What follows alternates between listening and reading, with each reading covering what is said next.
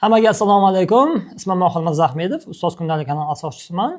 Zamonaviy pedagogik kursi ham muassis hisoblanaman. Ko'pchiligimiz o'zimiz fanimizni juda zo'r bilamiz, fanimizda juda ham ko'p kitob o'qiganmiz, lekin odatda sinfxonaga kiramiz, dars o'tamiz va o'sha bilimimizni olib kiramiz va o'sha bilimimizni olib chiqib ketamiz. Asosiy sabablar nima deydigan bo'lsak, birinchidan metodikalarni bilmaymiz, bolalar psixologiyasini tushunmaymiz, o'rganish nazariyalarini bilmaymiz va asosiy masalalardan yana biri bu sinfni boshqarishni bilmaymiz. Ya'ni agar siz sinfga kirib, sinfni boshqara olmaydigan bo'lsangiz, sinfga kirganda sinfni tinchlantirib, ijobiy muhit yarata olmaydigan bo'lsangiz, sizni bilimingiz o'zingizni bagajingizda qoladi. Uni kirgandan keyin samarali o'qita olmaysiz. Kelinglar, hurmatli ustozlar, bugun sizlar bilan Classroom Management, aynan sinfxona boshqaruviga oid 12 ta tavsiyamni ulashaman. Bu tavsiyalarni olib, siz xudo xohlasa darsingizni yanada yaxshilaysiz va bilimingizni yetkazishingiz osonroq bo'ladi. Birinchi tavsiyam, sinfxona boshqaruvi qachon boshlanadi degan savolni qo'yaman. Nima deb o'ylaysizlar? O'zingizlar ichingizda fikringizni aytishingiz mumkin. Sinfxona boshqaruvi, Classroom Management qachon boshlanadi? Sizga 10 sekund vaqt beraman.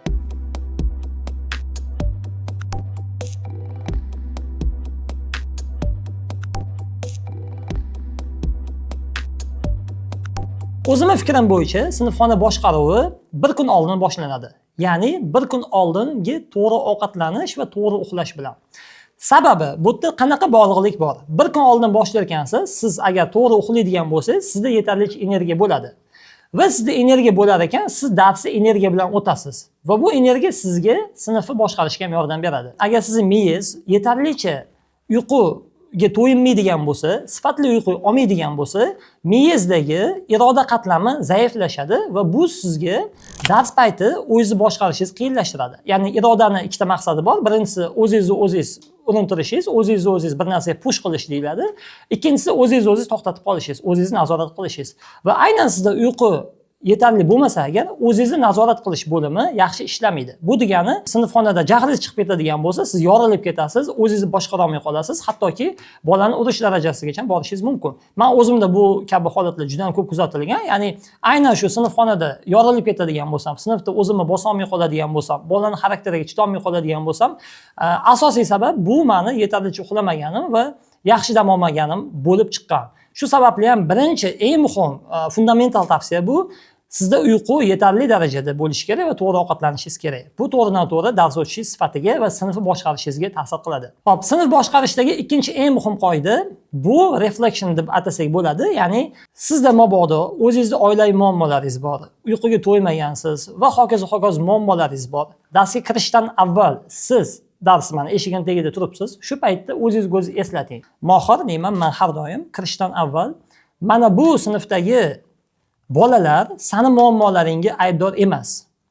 Sani uyquga to'ymaganingga, sani muammolaringga, sani yetishmovchiliklarga umuman bu bolalar aybdor emas. Shu sababli hozir agar sen kirganingda nimadir muammo bo'ladigan bo'lsa, ayb o'zingda bo'ladi deb men o'zim uqtirib kiraman. Va sizga ham tavsiya qilaman, sizda agar biror bir oilaviy muammolaringiz insonda bo'ladi, har qanday muammolaringiz bo'ladigan bo'lsa, darsga kirishdan avval o'zingizni eslating, sizni hayotingizdagi muammolarga mana bu o'tirgan bolalar umuman javobgar emas. Umuman bularning aybi yo'q.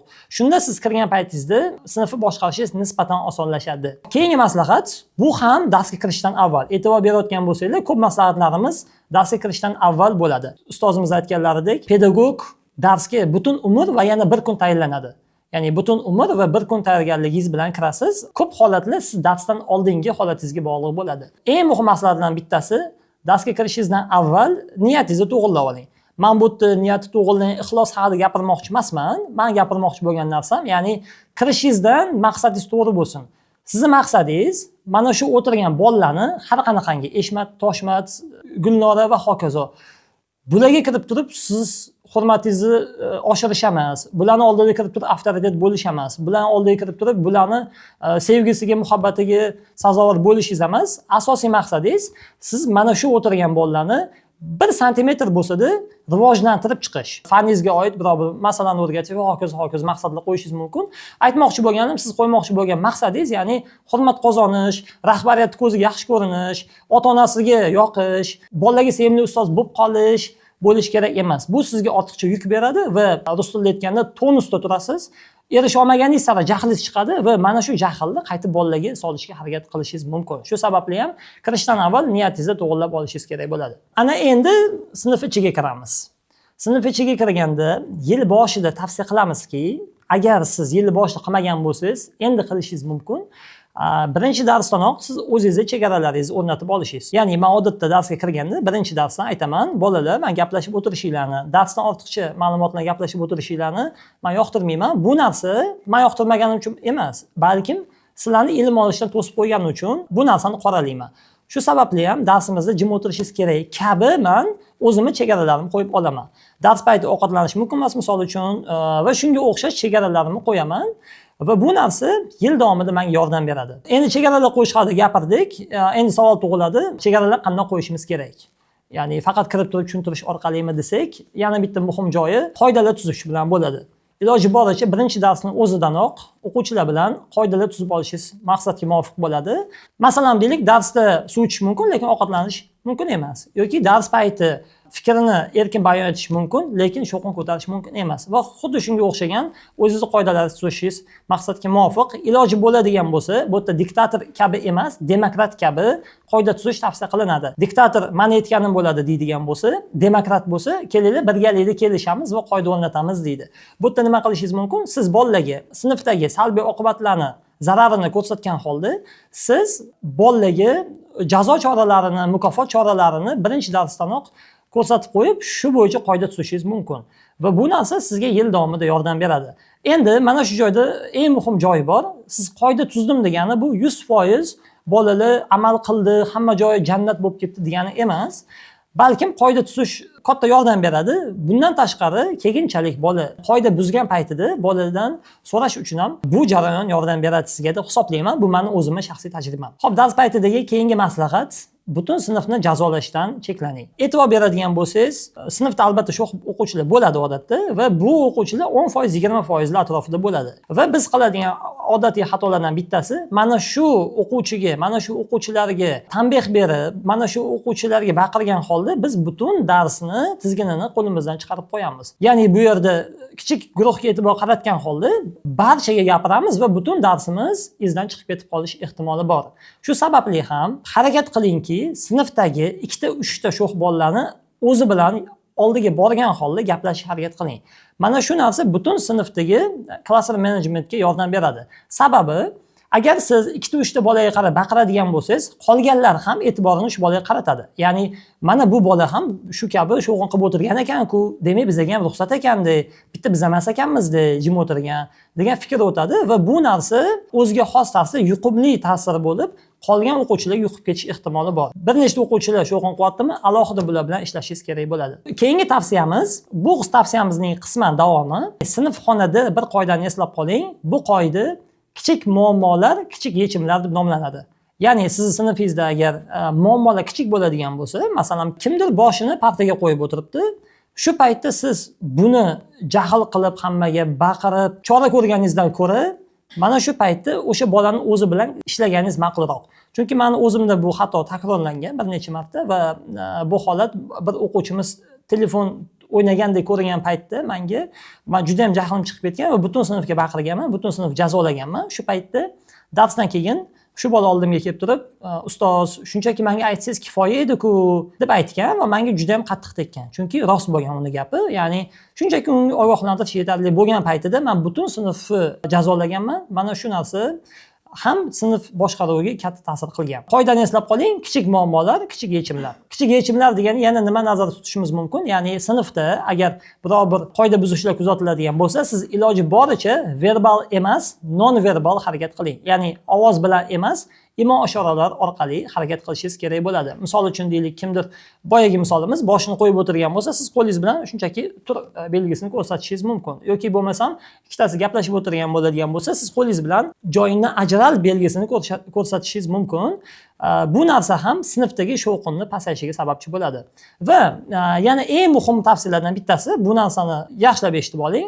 Bu juda ham oddiy lekin samarali uslub. Sinfda odatda ko'p gaplashadigan bolalar bir joyga yig'ilib qoladi va biz odatda befarq bo'lamiz yoki esimizdan chiqarib qo'yamiz buni. Iloji boricha mana shu o'quvchilarni birinchi darsdanoq joyini o'zgartirib boshqa yerga o'tkazishni tavsiya qilamiz va mana shuni eslatib qo'ying yani bolaga. Mana shu sani joying, bugundan boshlab faqat shu yerda o'tirasan deb qo'yishingiz maqsadga muvofiq bo'ladi.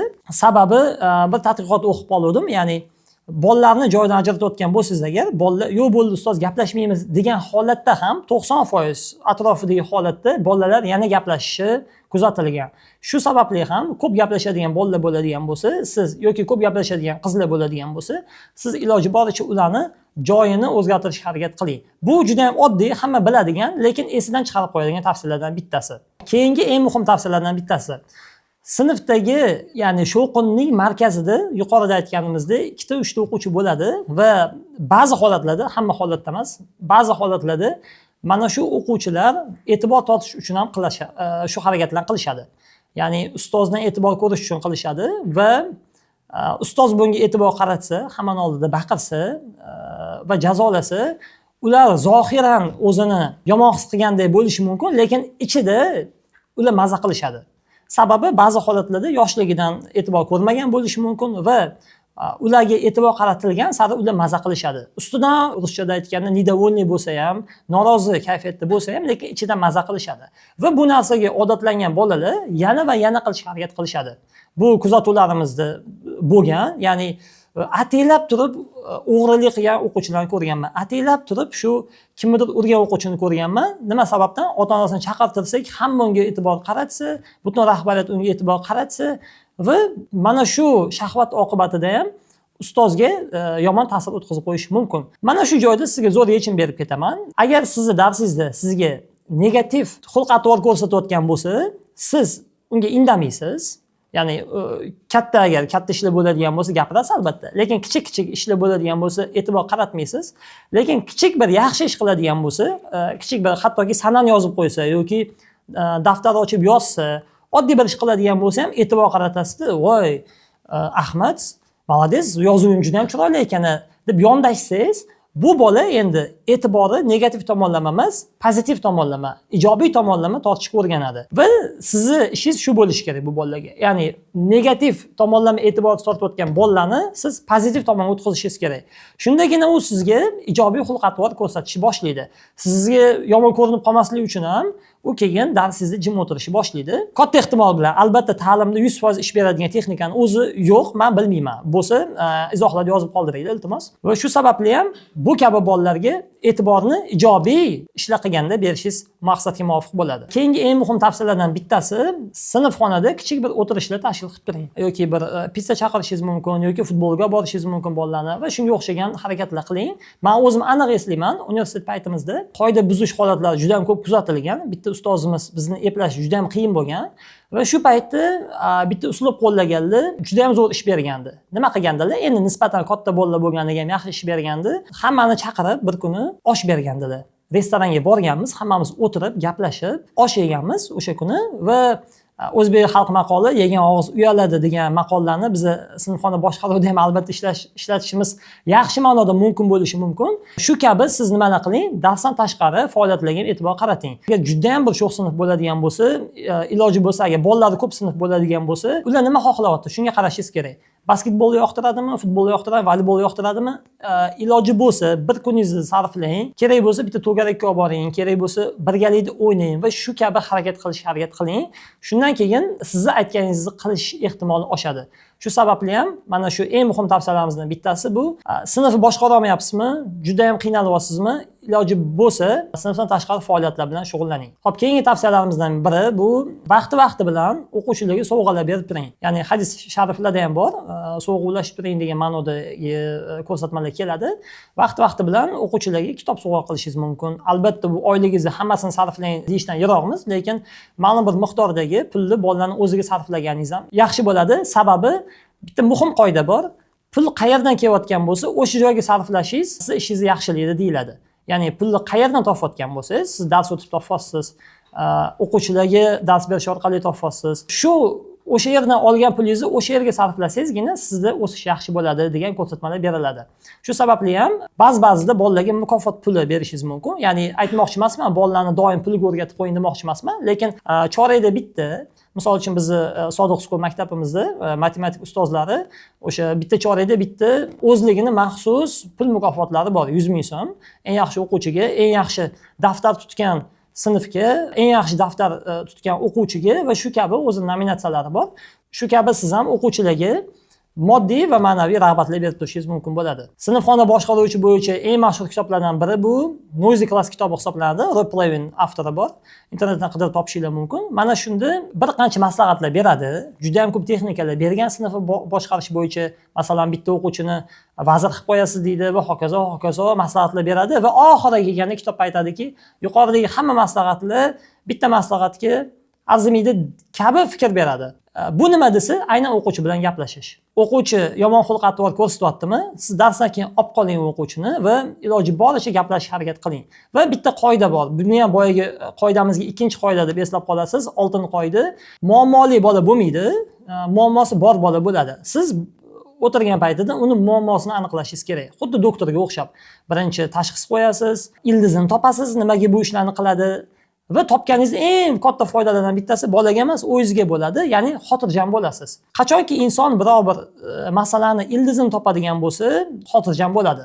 Xalqa kitobida aytilganida, ya'ni yaqindan tanishsang, ajdarxoni ham yomon emasligini tushunib yetasan deyiladi. Xuddi shunga o'xshab turib, har qanaqangi o'quvchini bilan yaqindan tanishsangiz, uni o'zi aslida yaxshi bola, lekin biror bir kasalligi borligini yoki biror bir oilaviy muammosi borligini tushunib yetasiz. To'g'ri, erkalangan boshqa holatlar ham bo'ladi, lekin biz o'qituvchilar, biz hukm qiladigan kasb egalari emasmiz, biz rahmat kasb egalarimiz. Ya'ni har qanaqangi kasal o'quvchimi yoki muammosi bormi, sho'xmi, boshqami, biz rahmat ko'zi bilan qarab turib uni yechishga harakat qilishimiz kerak bo'ladi. Shu sababli ham darsdan keyin olib qoling va birga bir gaplashib, muammosini aniqlang. Mana shunda o'quvchi ham sizni hurmat qiladi va darsda jim o'tirishi mumkin bo'ladi. Endi aytishingiz mumkin, men davlat maktabida ishlayman, 40 ta har bitta darsda 40 ta o'quvchi bor, undan 5 tasi sho'x, har bittasiga vaqt ajratsam umrim o'tib ketadi kabi fikrlarni bildirishingiz mumkin. Lekin aynan bu jarayon, aynan Rob Levinning kitobida ham aytiladi, ya'ni boshidagi 2 oyda bajarsangiz shu ishni, ya'ni sentyabr-oktyabr oylari aytaylik, davlat maktabida ishlaysiz yoki boshqa ta'lim dargohlarida ishlaysiz. Birinchi, ikkinchi oy siz iloji boricha mana shu kabi bolalar bilan ishlashingiz kerak. Kerak bo'lsa, ishga ko'proq e'tibor qaratishingiz kerak. Oilani surib turgan holatda ham, juda ham surgan holatda demoqchi emasman. Mana shu 2 oyda siz ishga ko'proq e'tibor qaratishingiz kerak va mana shu kabi muammoli bolalarni siz qo'lga olishingiz kerak. Soddaroq qilib aytganda, ya'ni mana shu kabi bolalarni 2 oyda siz ko'proq shug'ullanadigan bo'lsangiz, 10 oyda maza qilib dars o'tasiz. Shu sababli ham 2 oy siz uyqungizdan kechib bo'lsa ham shu narsaga e'tibor qaratishingiz kerak bo'ladi. Mana yaqinda o'zimda bitta o'quvchim, 7-sinf o'quvchimiz, darsimda juda ham sho'x, e'tibor qaratmaydi, umuman o'qimaydigan o'quvchi. Va men uni darsdan keyin olib qolib gaplashdim va gaplashganda oilaviy muammolarni aytib berdi. Ya'ni oilasida bo'layotgan muammolarni va hokazo katta muammolarni aytdi. Men uni hech kimga aytmaslik sharti bilan eshitib o'tirdim. Eng qizig'i, bundan ham qiziq holat bo'ldi. Keyinchalik kurator bilan gaplashganimda, u bola yolg'onchi, u shunaqa deb aldaydi. U ustozlarni hamma ustozlarga shunaqa bahona qiladi. Shu oilamda muammoyim bor, palonim kasal, pistonim kasal deb aldaydi. Hamma ustozlar shunaqa aldaydi u bola. Ishonib qolmang degan fikr berdilar. Shu bolani eshitib o'tirdim, men aldandim, lekin oxir-oqibat men yutib chiqdim shu vaziyatda. Chunki sababi shu bola men darsimda jim o'tiradi, birinchi partada o'tiradi va hammani tinchlantirib o'tiradi. Ya'ni men o'sha payt aldanganman, to'g'ri. Menga har xil bahonalar qilgan, oilamning muammoyim boshqa degan, lekin men eshitganim uchun u bolani shuning uchun ham hurmat qiladi. Va men uni eshitganlikka olganim uchun ham hurmat qiladi. Shu sababli ham siz qanaqangi holatda bo'lsangiz ham siz yutuqda chiqasiz va bolaga e'tibor qaratganingiz uchun sizga hurmati oshadi. Shu sababli hurmatli ustozlar, doimo gaplashib turish tavsiya beramiz. Men bermoqchi bo'lgan tavsiyalar shulardan iborat edi, hurmatli ustozlar. Yana ta'kidlab o'taman, hammamizda kamchiligimiz bor. Shu bilan birga bizda ham kamchiligimiz bor. Yuqoridagi ko'rsatmalarni tavsiya o'laroq qabul qilasiz degan umiddamiz. Yuqoridagi ko'rsatmalar sizga foydali bo'ldi degan umiddaman. Qaytgancha tez kunlarda zamonaviy pedagogik kursimizni yangi guruhiga start beramiz. Bu kursimizda 1000 dan ortiq o'qituvchilar o'qib chiqishdi va oxirgi analizimizga ko'ra 93.8% ustozlar kursimizdan juda ham mamnun va boshqalarga tavsiya berishdi va bu narsa NPS statistiklar butun dunyodagi eng yaxshi ko'rsatkichlardan biri hisoblanadi. Agar sizda ham kreativ dars o'tish, bolalarning diqqatini jalb qilish va shu kabi muammolar bo'ladigan bo'lsa, sizni albatta kursimizda kutib qolamiz. Kursga ro'yxatdan o'tish uchun Ustoz kundaligi Telegram kanaliga obuna bo'ling. Tez kunlarda kurs haqida to'liq ma'lumot beramiz. Video foydali bo'ldi degan umiddamiz. Albatta like bosing, buni o'qituvchilarga ulashib qo'ying albatta. Keyingi sonlarimizda ko'rishguncha xayr, salomat bo'ling.